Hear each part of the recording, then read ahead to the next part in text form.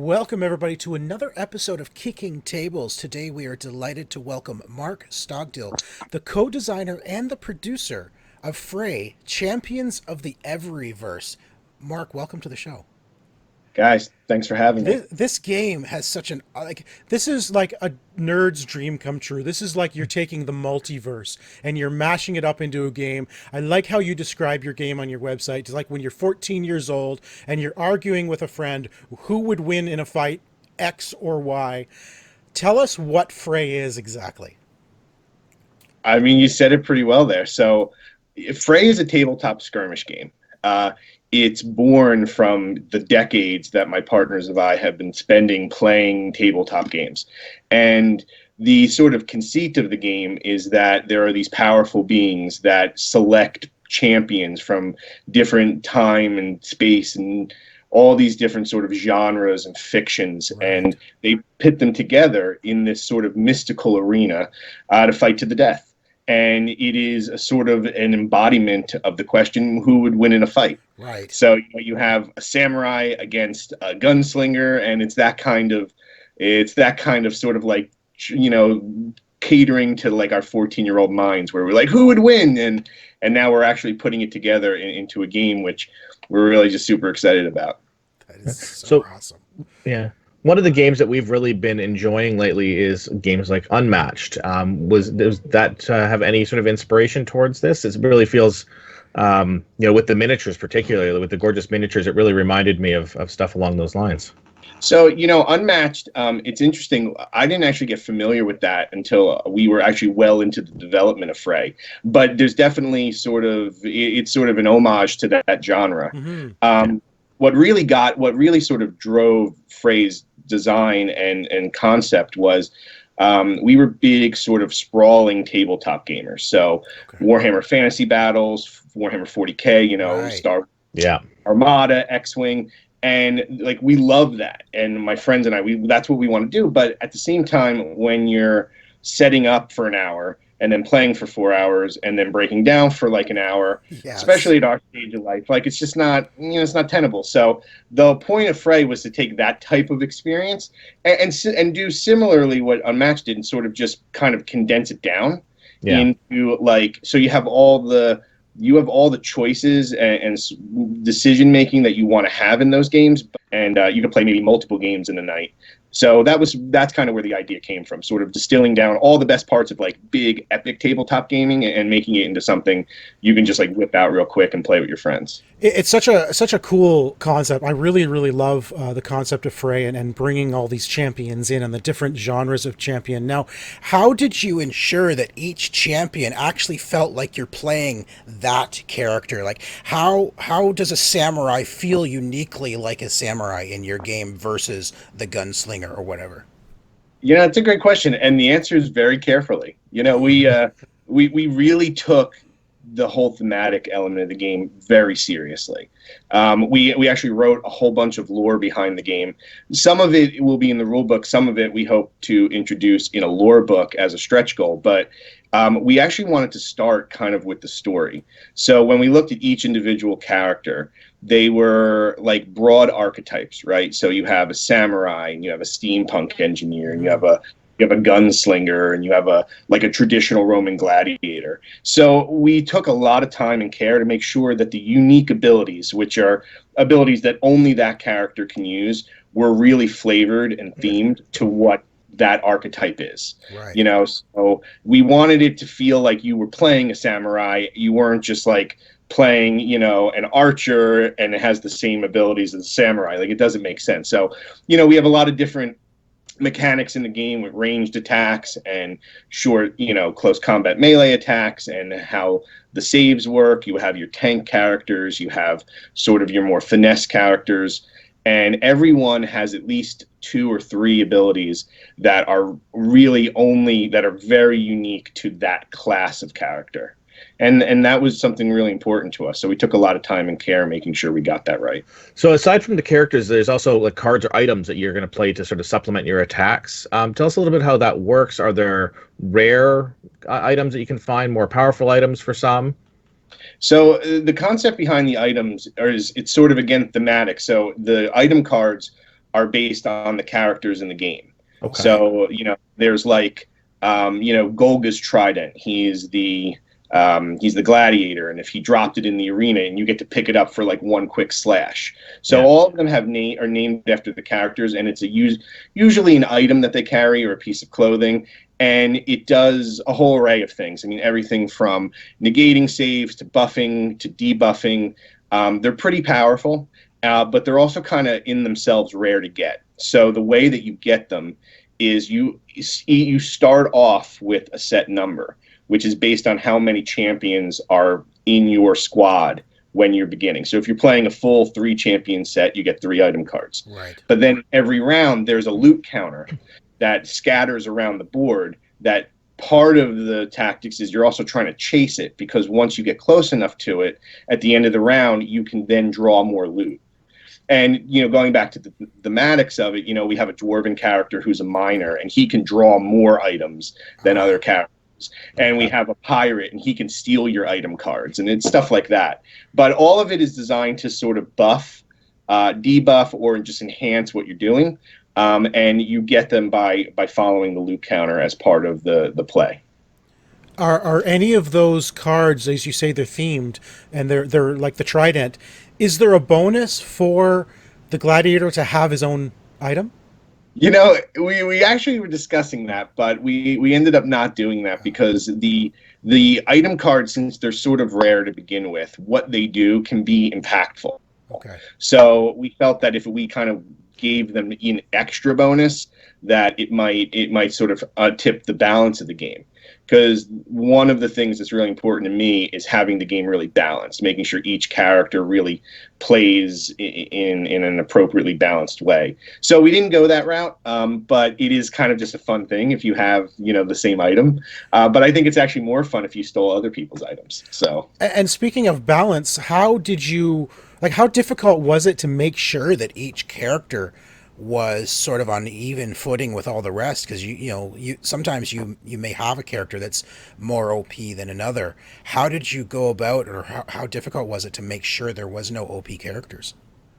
It was actually pretty complicated, because apart from just your standard characters, a few of the characters in the game have like a summons. We call companions. So, for instance, the steampunk tinkerer, she can summon in a Gatling gun, right? And the ranger can summon in a bear. And in the expansion characters, we have other companions that are coming in the set. And our first concern was, we have to balance the fact that, there's a separate phase for the companions, and we didn't want companion characters to be too overpowered. But what we really did was we kind of mathed it out quite a bit, and we just kind of sort of worked through the numbers, and then we just play tested it, and we did it like in every different scenario, and then we randomized it, and we had our play testers do that. So, we brought in every different type of combination of character, and then every time we played through it, we just say, okay, this felt good, but this didn't feel good, or, and we actually went back. I mean, for instance, the priestess, her character is a defensive character. We've gone through like maybe 7 iterations of her abilities. Oh, wow. Because we just weren't getting it right. But the game's been in development for like almost 3 years now. Wow. So we had a lot of time to sort of to kind of play through, and we have people in different parts of the country that contributed to the game, and they all had copies, and we did a lot of note comparing and stuff. But we feel like we finally got it. But I mean, it was like hours and hours and hours of time spent to sort of get that right balance. So after all of these hours and hours and many, many play sessions you've done, who's your favorite character? Well, okay, so my favorite character is Erebeth the vampire. One, because I'm a real sucker for, like, I know it's cheesy, but I love vampire lore, and I actually work all her abilities, so she's like really special to me. And she has an ability where you can drain the blood of your enemy to gain life, and it's the only ability in the game that does something like that. Wow. So it's really unique. And I had a lot of input in how she was designed too, the actual artwork and the modeling. So I love her. I also love the steampunk gadget. She was the first character that we had created.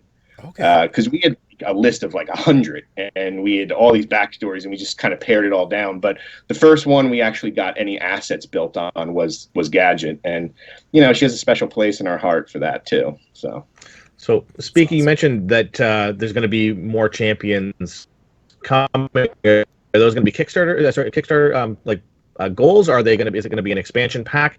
Who's coming? Give us a spoiler. We want one spoiler. Yeah. Okay. So the game has the core game has 14 models. It has 12 characters, and 2 of them have companions. Okay. But we're going to be doing 2 new characters beyond that are going to be Kickstarter exclusives.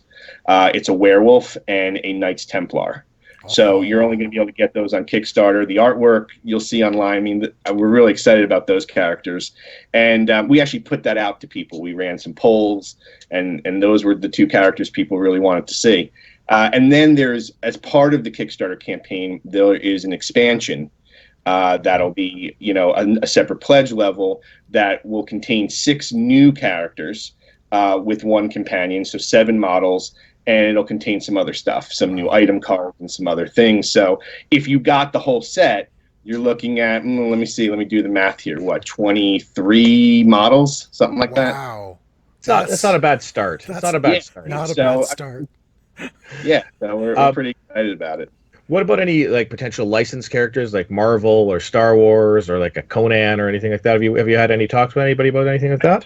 We would love that, right? Kind of the way Unmatched did it, but I think we need to have a bigger bankroll. I don't know. I mean, sure. We haven't explored. Well, there's 2 reasons. One, I mean, there's some complications when you're dealing with, other IP. So, and licensing fees and all this other stuff. And we didn't really explore it because maybe in future iterations of the game, where you have a lot of ideas for future expansions if this kickstarts, and we could always go that route. But we actually really wanted to create our own IP because a lot of these characters were characters that were kind of kicking around in our heads. And so, I mean, it was sort of a creative sort of process and fulfillment, to do that.